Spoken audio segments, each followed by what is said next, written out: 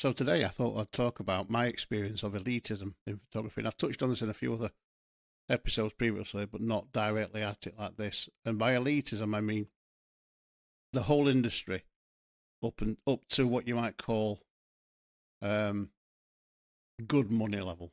The bit where you start to earn money, which is serious, where you start to get gigs, which get you published all the time.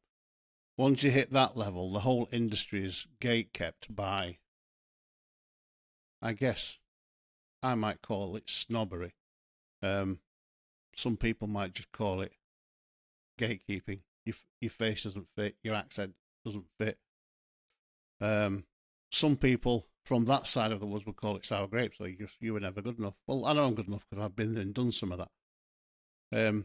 But what I wasn't prepared to do was sacrifice everything I wanted to do that. But that's a slightly different story. But my experience of trying to break into the higher echelons has been pretty much one that kind of solidifies my wider understanding of the world, that the working classes are here and everybody else is over here. And the world as a whole is into equality, diversity, and inclusion. Rightly so. We should all be enveloped in that. We should all be welcome. We should all be thriving from whatever background we come from. Whatever we have, right with us, wrong with us, or indifferent with us. As long as we're not hurting anybody, we should all be embraced. But if you're working class and you're trying to break into music, I mean, you look at some musicians, they come from, what they used to call it, rags to riches. There's some of that. There's the odd person, the odd film star, the odd photographer that comes kind of that route. But generally speaking, you're talking upper middle class, high class people that get into those higher echelons. And I know you'll all throw at me some names of people who've come from the wrong side of the tracks and done good. Yes, there are always exceptions. I'm talking about in the main. I'm talking about the thousands of working class photographers who can't get a gig because of where they're from, how they sound, how they dress, how they look, what their thoughts are, and they don't conform probably. And I've experienced a lot of that in the 20 years that I've been working as a photographer.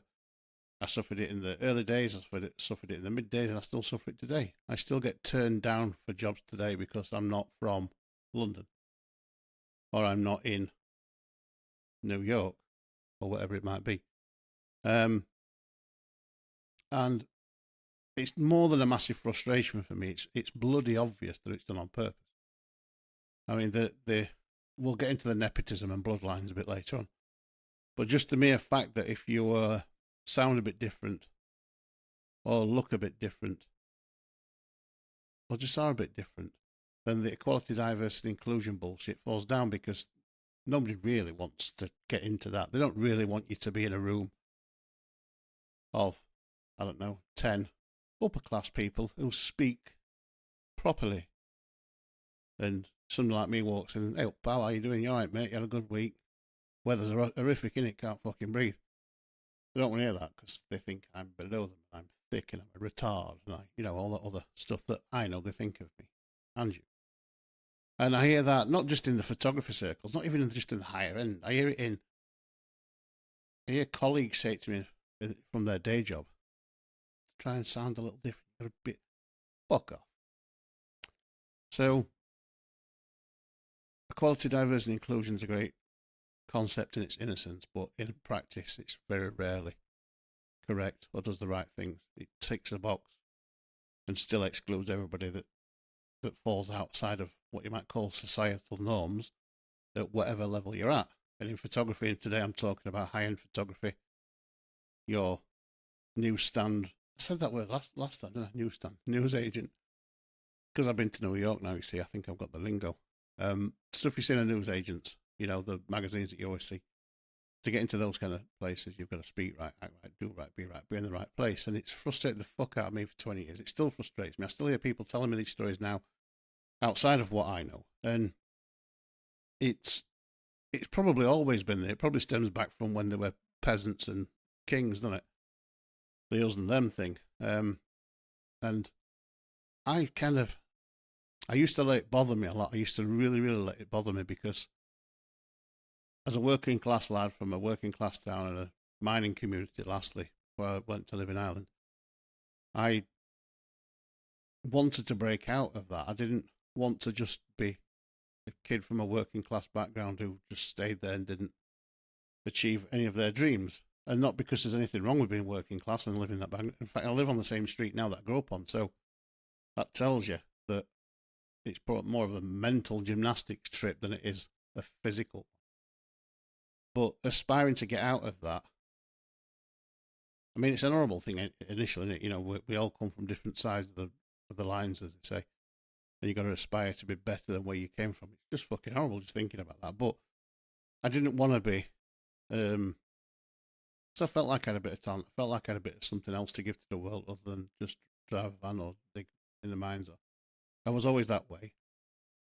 And I have done manual labour, so I'm not saying I'm better than anybody. I'm just saying I had a feeling I could get out there. Only then, as I grew up and got a bit older and got a bit of success, to realise that actually the last thing I wanted to fucking do ever in the world was be with them bastards over there. Because A, they were not my kind of people. And by my kind of people, I mean people who do accept you for who you are, whether you're black, white, Indian, straight, gay, you know, religious, not. As long as you're not hurting anybody. My gang accepts anybody. And I quickly found out when I went up the ladder to progress my career, to get out away from the working class situation I would have been in, that I didn't really want to be with those people anyway. And so then you have that conflict of desperately trying to get to a place where you can earn enough money to, I mean, at that time it would have been to record songs, put albums out, and gig. Never interested in the fame and real fortune, just wanted to be able to sustain that and do it and not have to do it with a day job. And then when I became a photographer as well, I had the same ethos. I wanted to earn a living as a photographer and not have to do another job. And I did that for quite a while.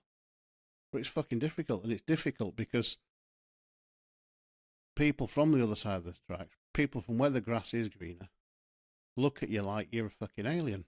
They look at you like you're some kind of disease. And I wonder, there must be many other people out there that outside of my circle of photographic friends and colleagues who have had similar experiences. And I wanted to share some of that with you today, just to let you know, those of you that are coming through particular that might be from a working class or even a middle class background might come up against barriers. They're not even, they're beyond class barriers, because in my experience, where there's a class barrier, more often than not, the class barrier can be broken down. You can push through that. You can convince people to buy into you and believe you, trust you. It's more than that. It's a snobbery which is above class. And it's almost like a, how can I put it? It's like a, it is a literal them and us. It's a, you're not fucking good enough. You don't sound right. You don't look right. So there's absolutely no way your photography, your music, your filmmaking, your poetry, or art, whatever it is, can live up here, because we couldn't put you out there to talk to people. We couldn't have people come and talk to you. And yes, there are small, occasional exceptions to that rule, but in the main, there isn't. And it saddens me when I see students graduate and go and try and go up that path, and our own kids struggle in the creative industries to get past the working class barrier for the same reasons that I struggled and my colleagues struggled and other people I know that weren't even from our location, who weren't even from our county, have struggled. And I could sit here and probably tell you 100 stories about times when I've, as a musician, spoke to somebody about booking a gig or a tour and faced that class, more than class barrier, that, you know, elitism barrier. And I could tell you another 100 stories from when I've been a photographer and come up against that, and I'll expand on that a little bit now. In the last decade, I probably think of 15 or 20 instances where I put myself forward for a job in London, just in London, and had a response something along the lines of, "Oh, great portfolio, I like your work, where are you based?" "Oh, I'm based in Yorkshire, near Sheffield, but got transport, you know, I can come down. Just, you know, let me know if you want to meet on a call, or I'll pop and see you before, so we can see whether we're going to fit."